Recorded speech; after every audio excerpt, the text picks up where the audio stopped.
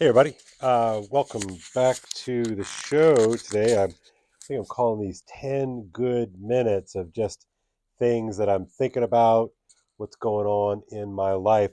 I want to apologize. Yesterday, I think my energy was a little low, and that was because, well, I think I got some bad news that the family van is probably kaput, right? It is probably on its last leg. It's making some kind of gnarly sound, and that's never good. Still owe some money on it, so I don't even own it outright. So we shall see today or tomorrow if it's fixable. Those kinds of things. It's funny, I love cars, but I hate cars. I love cars aesthetically. I love driving actually, even though I don't get to do much of it since, as I said in the video 1 or 2 days ago, I'm basically a hobbit. But I I hate them because you have to have one, and I honestly don't know how people afford cars now. They are insanely expensive.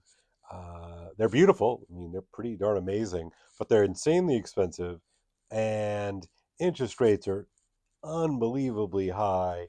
And I don't know, man. I just don't know how people afford cars. And so I've been in the kind of mode where I'm kind of nursing this one along, and whatever, man. Just had a bad luck. So, but this is anyway. So I want to apologize for the low energy yesterday. I'm feeling a little bit better today, even though it could be totally disastrous in it. But the 10 minutes, the 10 minute check in that I'm trying to do here, 10 good minutes. My swear to you is I will do my best not to bore you nor to waste your time. So, anyway, with this van situation, money's tight, and so I'm gonna have to sort of figure out what is going on. One of the things that I've been kicking around quite a bit lately is I've been trying to figure out a way to take what I am good at and find a way to, I don't know, it sounds so creepy to say it, but like extract value out of the things that I'm good at. Um, as a teacher, it is strange because when you're a teacher, you're a W-2 guy. It's what you have. Like I have had the most simple taxes for the last whatever 18, 19 years because I am a teacher. It's my job. That's where I make my money. And so even I, who's not the most supernumerate fellow on the planet, I can do my taxes. And so I do my own taxes. But my goal, this might be crazy, but my goal is that for next winter, the winter of 2026, I want to have such a complicated tax profile, um, that I'm going to have to hire a tax professional to do my taxes for this year. And that might sound crazy. Like, why would I want to make my life complicated? Why would I want to have to hire a tax professional to take care of me instead of just doing the TurboTax thing that I have been doing? And that is because I am going to try to find a way to be a little bit more entrepreneurial and do something with this knowledge that I have spent the better part of 30 years, 32, 33 years putting together. And, I think about this quite a bit. Like, what have I done all of this for? Like, what have I done? I'm looking at my books right now, but like, what have I read all these books for? What have I consumed all of this, all these podcasts and these lectures and read all these things? What have I done this for? And, well, on just very in a very real way, it's made me a good teacher, and I am a good teacher. I say that in all humility. I mean, you kind of know when you're good at something. I'm good at it, and I enjoy doing it. In fact, I love doing it, and I'm going to try to find a way. How can I make what I'm good at good enough to properly provide for us? And so, anyway, that's kind of what I'm going to be doing. I'm a teacher. I'm a coach. I can read and I can connect, and so I've been thinking a lot about this. How can I make a journey from a W-2 guy to a 1099 guy? In other words, how can I just go directly to my students in a way that might complement this life that I have here teaching at a school? So that's what I want to do. And I was thinking this morning, and I even tweeted out about it, but I do not remember the first time that I heard the tag content creator. And I probably don't even remember the first, I don't know, 50 or 100 times I heard the word. But I'm pretty sure when I became conscious of the word, I was kind of, I don't, disgusted by the word. There's something about it that kind of rankles my sensibilities. But there's is that like, are content creators grifters? Are they even real? All that kind of sort of negative talk. And so I'm really doing my best to reframe this for me, right? That I, as a teacher, when we talk about skills and content, I have always been someone who values content over skills. Skills are important, but why they pay me the big bucks, so to speak, is because I bring a certain uh, amount of a body of knowledge to the classroom. My bag of tricks is filled with loads of references that are both part of the official tradition in terms of the great books and the old books, but also just in terms of all of the movies that I've seen, all of the memes that I enjoy, all of the things that I consume, I would consider content.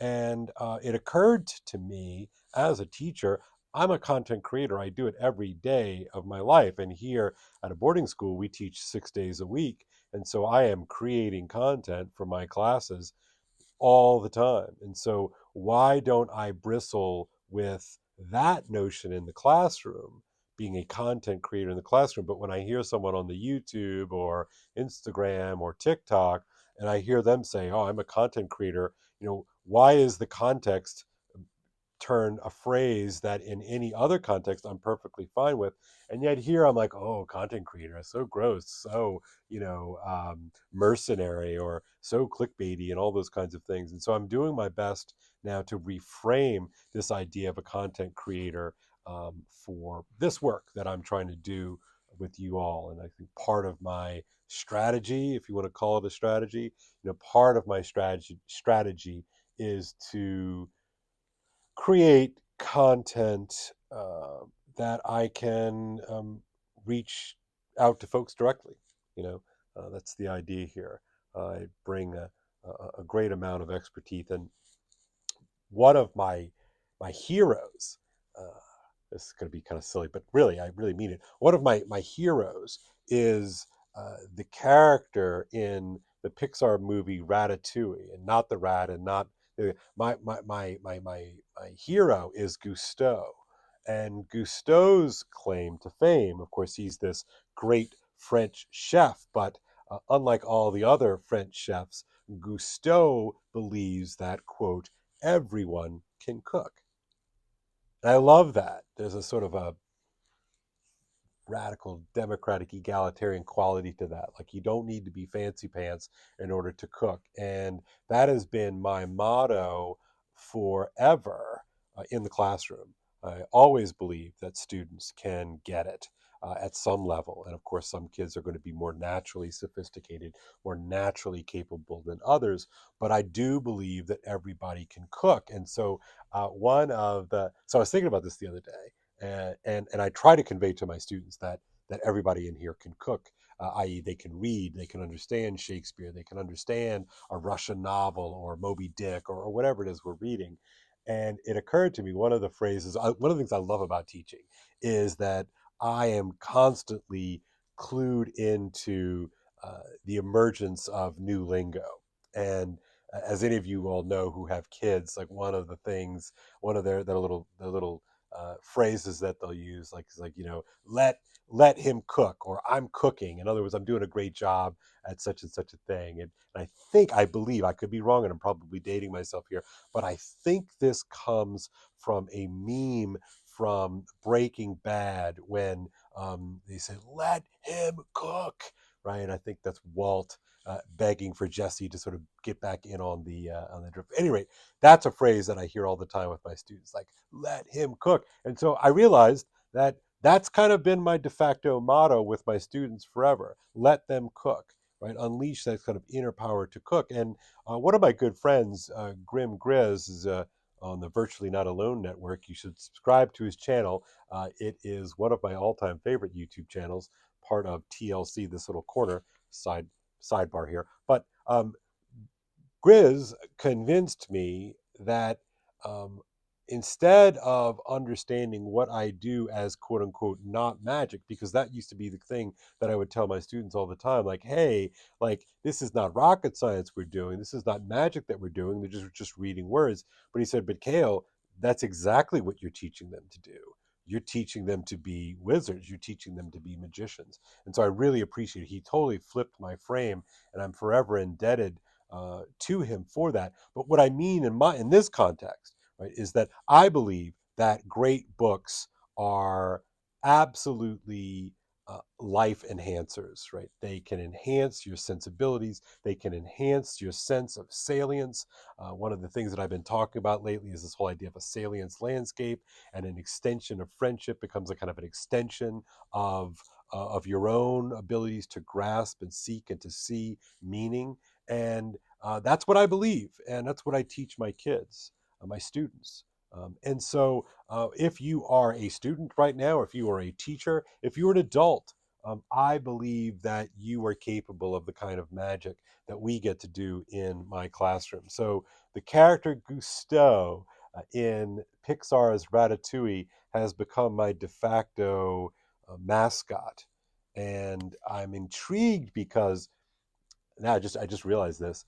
Gusteau in the movie is of course deceased. He's no longer living, but he lives in his videos, he lives in his books, he lives in this kind of memory, and he almost gets accused of sort of cheapening the affair. But there's something essentially genuine and true about Gusteau and his core. And so I think what I'm saying to you in my 10 good minutes, and I'm almost out of time here, is that I believe that everybody can cook. I believe that everybody can and should, no matter how old you are, no matter how young you are, you should start to sort of uh, build out your frames of reference, because I believe it is those frames of reference that give you something with which to perceive the present. This is going to be something I'll build out later on, because C.S. Lewis talks about this idea that one of the reasons we engage in the tradition is that it gives us a kind of perspective by which we can make sense out of our present, because the present always presents itself to us as a kind of chaotic, unstable mess. And so, if you have those references, if you have a sense of those patterns, then you can compare the all of those patterns that you have floating around in your imagination with what is going on in front of you, and you can do some code matching. It's a really important part of the meaning making process. We talk a lot about the meaning crisis. And I think part of the meaning crisis is that we have slowly allowed ourselves to be turned into idiots.